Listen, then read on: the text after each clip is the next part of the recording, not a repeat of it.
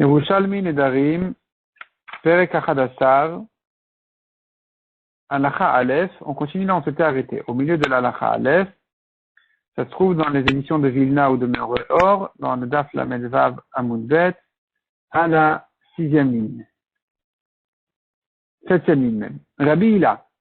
Là, on s'était arrêté. Rabbi Hila Patar. Rabbi Hila Patar Matnita.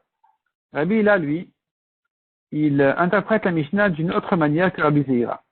On a vu dans la Mishnah, une femme qui fait un éder en disant im erchat, im le erchat. Im et kachet, im le et kachet. Si je me lave, si je me lave pas, si je me maquille, si je me maquille pas. Et la Gemara demande qu'est-ce que ça veut dire cette phrase-là, qu'est-ce que ça veut dire, c'est quoi ici le neder exactement. Et donc Rabbi Zeira l'a expliqué à sa manière, vient Rabbi Hila, il explique d'une autre manière.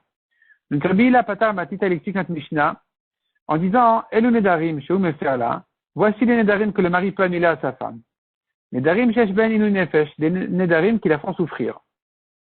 Et la Mishnah dit là-dessus, im echat, im le echat, im et kachet, im le et kachet, maou, des nedarim qui concernent se laver ou ne pas se laver, se maquiller ou pas, qu'est-ce qu'il en est? Est-ce que ces nedarim-là qui touchent cette hygiène, ce sujet-là, c'est des nedarim qui sont considérés comme une souffrance pour la femme, oui ou non? Amarabi aussi, en ila nidrin nidrinu nefesh. Ceux-là ne sont pas considérés comme des nedarim qui la font souffrir, et la elu nedarim qui bena lebena. Simplement, le mari, s'il peut les annuler, il peut les annuler en tant que des nedarim qui sont entre eux, entre le mari et la femme, ça le concerne, ça le touche, donc il peut les annuler, mais pas en tant que souffrance. Et donc finalement, ici, il n'y a pas de Tanakama dans la Mishnah, c'est pas que dans la lecture habituelle, on dirait, il y a Tanakama qui dit quels sont les nedarim qui peut annuler, point d'interrogation, réponse, si je me lave pas, je me maquille pas, et Rabbi aussi serait en marloquette dessus en disant, ce ne sont pas des nedarim de souffrance. Ça, c'est la lecture habituelle. Vient Rabbi Hila, il dit non. Tout ça, c'est une question. Il n'y a pas Tanakama qui parle ici. La question, elle est, si elle a parlé de ne pas se laver, de ne pas se maquiller, qu'est-ce qu'il en est? Et là-dessus, vient Rabbi aussi dire, c'est pas considéré comme une souffrance. Ça s'appelle simplement entre eux. Et donc, Elouhen, Nidreinu Nefesh, livré à Kol, quels sont les Nidreinu Nefesh selon tout le monde, etc. Point. Etc. Il y a 3 points de suspension ici, en fait, qui font allusion à la Mishnah suivante qui commence par ce mot-là. Elouhen Nidreinu Nefesh, voici les Nidreinu Nefesh, d'après tout le monde, qu'est-ce qui est considéré comme une souffrance, si elle s'interdit les fruits du monde, etc. Donc, finalement, le cas de ne pas se laver, ne pas se maquiller, là, ici, nous avons que Rabbi aussi qui a parlé dans la Mishnah, en disant, c'est pas considéré comme des nedarim de souffrance, mais uniquement des nedarim chez Beno et Bena entre lui et elle. Im erchat, im lo erchat. La Gemara ramène ici donc le cas de la Mishnah. On a vu, la Gemara reprend les mots de la Mishnah. On a dit im erchat, im lo erchat. Et la Gemara demande, donc la Gemara ne demande pas ici, en fait, Vetaniken, et on a enseigné aussi comme notre Mishnah, apparemment dans une Braïta, Nidre inu nefesh im erchat im lo erchat. Donc ça reprend selon la lecture simple de la Mishnah, ou selon Tanakama, ne pas se laver est considéré comme une souffrance. Donc, Nidre inu nefesh im erchat im lo erchat, im et kachet im le et kachet, tout ça c'est considéré comme une souffrance où le mari peut annuler. Ben adade de Rabbi Zeira, ben adade de Rabbi Hila. Maintenant la Gemara vient redemander sur la Mishnah. Aussi bien selon la lecture de Rabbi Zeira que celle de Rabbi Hila dans la Mishnah, on a un problème. Marlefa shitate de Rabbi aussi. Rabbi aussi se contredit. Il a inversé ses paroles. Detani, car on a enseigné ailleurs, Mayan shel bnei, la source d'eau de la ville, hen ve'acherim, hen kodmi le'acherim. Si les gens de la ville en ont besoin pour vivre, et les voisins aussi en ont besoin, c'est bien sûr les habitants de la ville qui sont prioritaires. Acherim uvemtan, si maintenant d'autres ont besoin pour vivre de l'eau de cette ville-là, et les habitants n'en ont pas besoin pour leur propre vie, ils en ont besoin pour leurs animaux. Dans ce cas-là, acherim kodmin uvemtan. Les voisins qui en ont besoin pour leur vie, ils sont prioritaires, ils passent avant les animaux de la ville dans laquelle se trouve cette eau-là. Si les habitants de la ville ont besoin de leur eau pour se laver les habits, et les voisins en ont besoin pour leur vie, Les habitants de la ville sont prioritaires puisqu'ils en ont besoin pour se laver les habits. Ça passe avant même les besoins vitaux des voisins. Amar Rabbi Yochanan, man Tana Kvisa Chaye Nefesh. Rabbi Yochanan dit sur cette braïta, qui est le Tana qui pense que laver les habits, c'est vital, et que donc, ils sont prioritaires, ils passent même avant les besoins des autres villes, Rabbi aussi. Des Tani, En Notnin Mehen, car on a enseigné, donc c'est Rabbi aussi le Tana qui a dit, on a vu ailleurs, En Notnin Mehen dans les Mishra, vers les Kvisa. Les fruits de Shemitah, on n'a pas le droit de les abîmer. Ils sont là pour les manger. Donc on ne peut pas s'en servir, là les Mishra, ni pour tremper dedans du lin, peut-être, ou quelque chose comme ça. C'est considéré comme si ça abîmait les fruits, ou plutôt les jus de fruits de Shemitah. Là les Kvisa, ni même pour laver les habits. On ne peut pas utiliser par exemple un vin de Shemitah pour laver dedans des habits. Rabbi Yossi Matir Bekvisa. Rabbi Yossi permet de laver les habits avec les fruits de Shemitah en disant que c'est un besoin vital. Et donc, ça fait partie des utilisations normales des fruits de Shemitah qui sont permises. Donc, ici, nous voyons que Rabbi Yossi pense que laver les habits, c'est vital. Dans notre Mishnah, il n'a pas dit comme ça. Machlefa Shittate de Rabbi Yossi. Rabbi Yossi se contredit. Tamanu Amav, En Rechita Chaye Nefesh.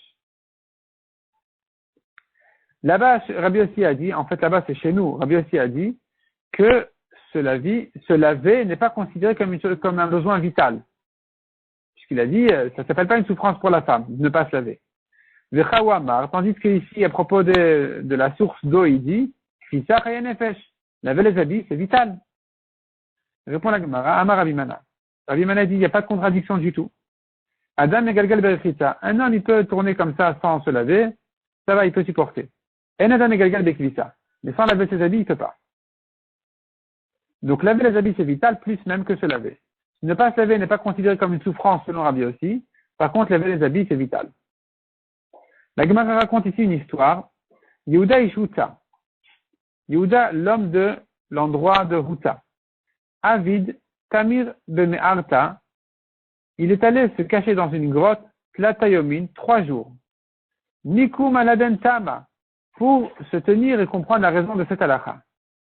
Minayin shechayir azot, kodmin chayir acheret. D'où on sait que les besoins de cette ville-là sont prioritaires aux besoins d'une autre ville. Donc, si la ville a une source d'eau chez elle, et que c'est vital pour la ville, les habitants de la ville sont prioritaires et passent avant la ville d'à côté. Donc, c'est cette halakha. Apparemment, au bout de 3 jours, il est sorti de la grotte et il n'a pas trouvé de solution. Il est venu chez Rabbi Yossi ben Chalafta, Amar lui a dit, je suis allé me cacher dans une grotte pendant 3 jours pour me concentrer sur cette halakha.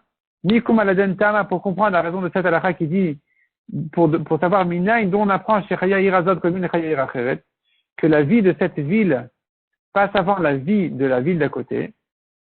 Et j'ai pas trouvé de solution. Karan et Rabbi Abba Bere. Rabbi Yossi ben Chalafta a appelé son fils Rabbi Abba pour lui donner la réponse à la question de ce Yehuda Ishuta. Amarle Haden Tama Minayin. Il a donné Haden Tama, il a donné la raison de cette chose-là. Donc Minayin Shechayir Azad Komin Chayir Acheret. D'où je sais que la vie de cette ville, les besoins de la vie de cette ville-là passe avant les besoins de vie de la ville d'à côté. Amarle lui a dit,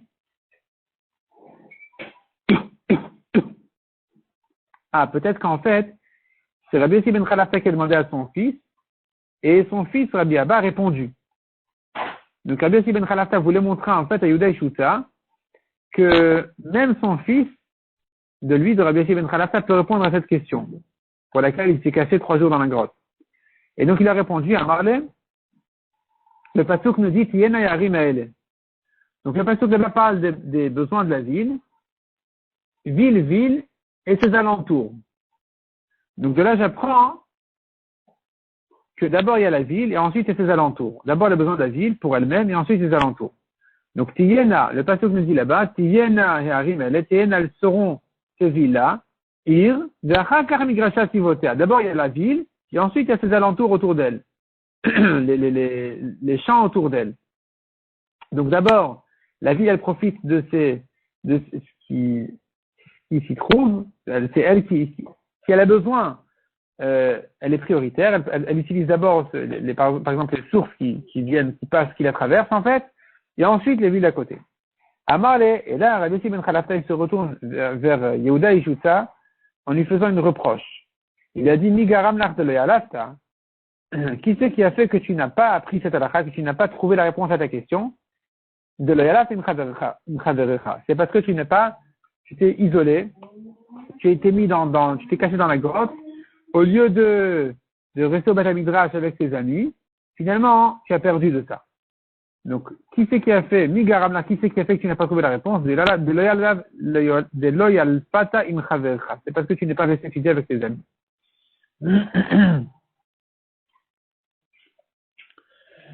Nicha imerchat.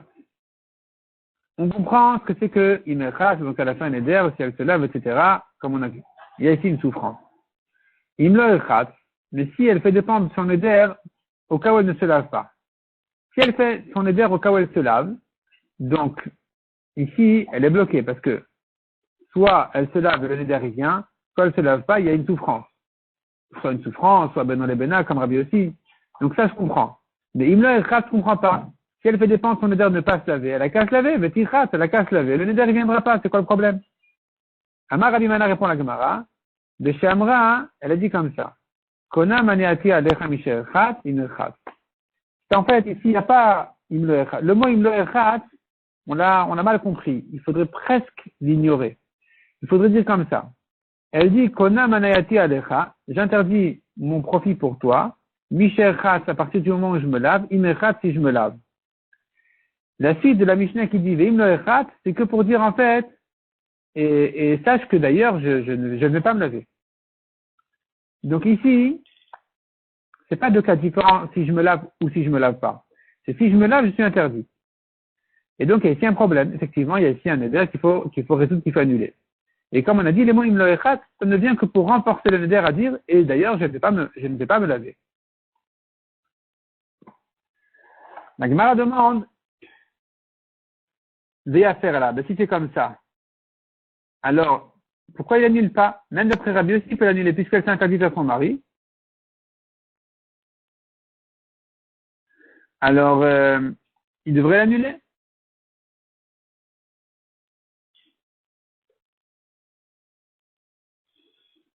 Amar Rabbi aussi répond à la Gemara, Amar Rabbi aussi Rabbi Boun, Beshelo Amra, de quel cas elle a dit, il ne s'agit pas exactement comme ça. Elle a dit, Beshelo Amra, elle a dit uniquement, Kona Maneat Goufi Alecha Liksherchat. J'interdis le plaisir de mon corps sur toi si je me lave.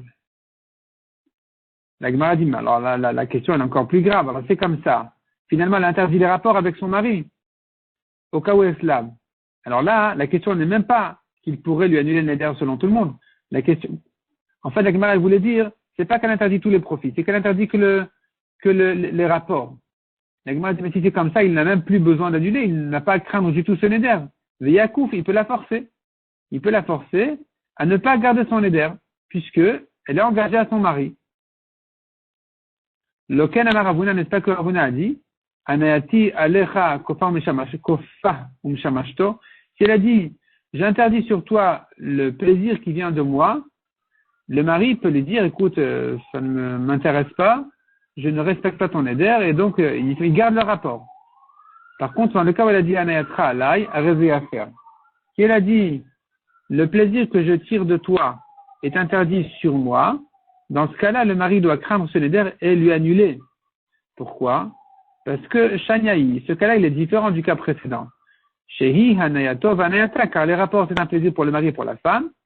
Et donc, ici, elle peut s'interdire à elle-même le plaisir qu'elle a de son mari. Et donc, indirectement, le neder, il se fait là, il est valable. C'est pour ça que dans ce cas-là, le mari, il peut annuler. Et en réalité, ici, ça va nous servir de réponse aussi à notre question, pour dire que, ici aussi, on va dire qu'il s'agit de ce cas-là, que, pour quelle raison il doit lui annuler, alors qu'on a dit il pourrait forcer à ne pas garder le neder, elle est engagée. La réponse, non, il s'agit d'un cas où elle a interdit sur elle-même le plaisir qu'elle a de son mari, et dans ce cas-là,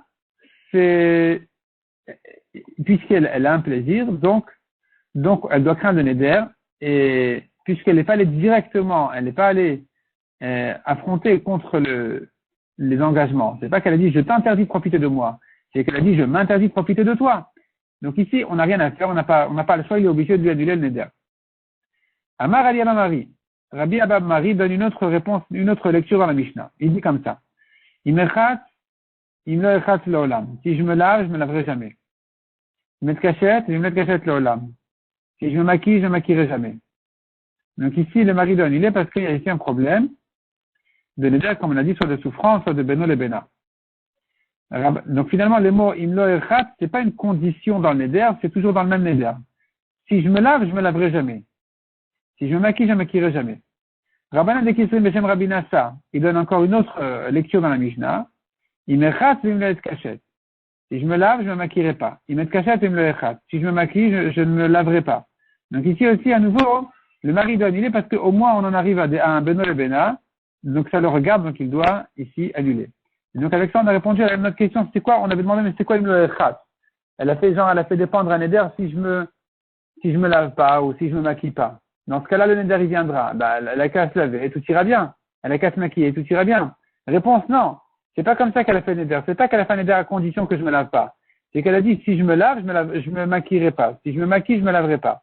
Donc ici, le neder dépend en fait de si oui. Si je me lave, j'aurai un problème de neder. Si je me maquille, j'aurai un problème de neder. Et donc ici, il faudrait craindre le neder puisqu'elle risque de se laver et sinon elle souffre ou comme on a dit. Donc c'est pour ça qu'ici le mari peut lui annuler le neder.